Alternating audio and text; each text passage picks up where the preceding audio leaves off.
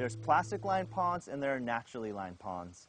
This is a plastic-lined pond, the one we're looking at here. Now, the reason why you would need to line a pond with plastic all has to do with the soil type in the landscape or place that you want to install a pond. Also, it has to do with the size of the pond that you want to install.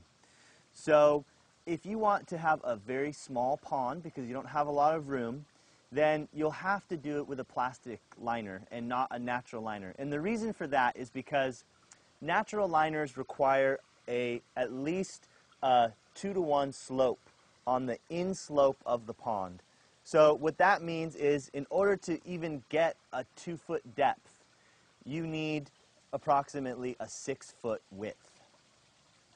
Now, 2-foot depth is the minimum depth more or less you want if you want to have fish in your pond. So smaller ponds generally always have to be plastic lined, and what the benefit of that is that you can dig vertical sides to a plastic lined pond, meaning you can dig a hole straight down to a 2-foot, 3-foot, 4-foot depth, whatever it is that you want, and a plastic liner will be able to stabilize on that kind of a sheer face. The other reason, like I mentioned about having a plastic lined pond, has to do with soil type. So here we are in Sebastopol, California, known for its sandy loam. We have a high concentration of sandy loam here and a very low concentration of clay. To have a successful naturally lined pond requires a high level of clay, or at least a moderate level of clay in the soil, which we have none of here in this ecosystem and in this soil type. So it was absolutely necessary for us to use a plastic liner. Now, if you're looking at different kinds of liners, my suggestion is an EPDM 40 mil liner. Anything else, if you use polyvinyl or if you use a preformed plastic pond liner, all of those will not last very long. Anything else will be a temporary pond. Some people want to use used plastic or plastic tarps, things you might find just around. And the problem with that is often those will either photodegrade, meaning if they've sat in the sun, the plastic started to degrade from the sun, and or will just easily tear by a rock or a stick or something that might fall from a tree into the pond. And so you want to be very careful that we don't use plastics that will leak easily or tear easily. What we also want to be very, very cautious of is not using plastics that off-gas chemicals or dioxins into the pond, because that will kill fish and create a toxic environment.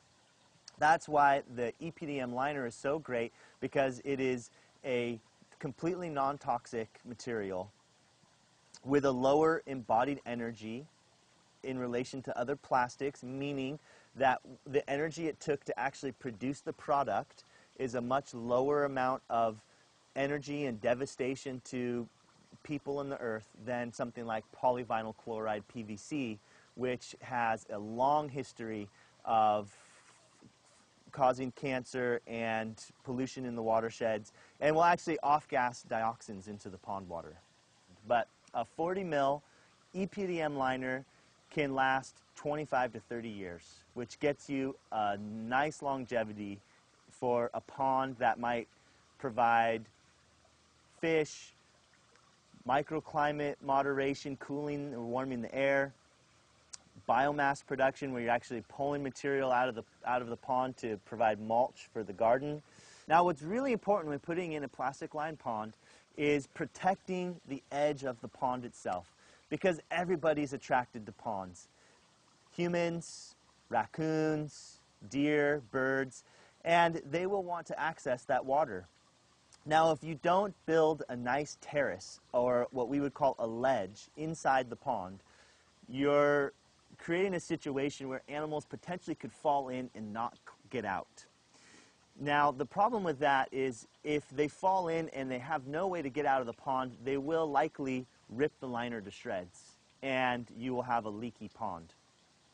So at Permaculture Artisans, we always build plastic-lined ponds with an 18-inch minimum depth ledge with at least an 18-inch or wider ledge around the entire pond. And then we use rock and plants to protect the liner. All kinds of critters can actually access the edge of the pond without falling into the deep water. That nice ledge also provides a great place to put your biofiltration plants, plants that will help clean the water and create habitat for damselflies and dragonflies and support generally a healthy pond system. So I like to tell folks, don't be afraid of a plastic-lined pond, just install it correctly and you can enjoy all the benefits of a pond in almost any landscape.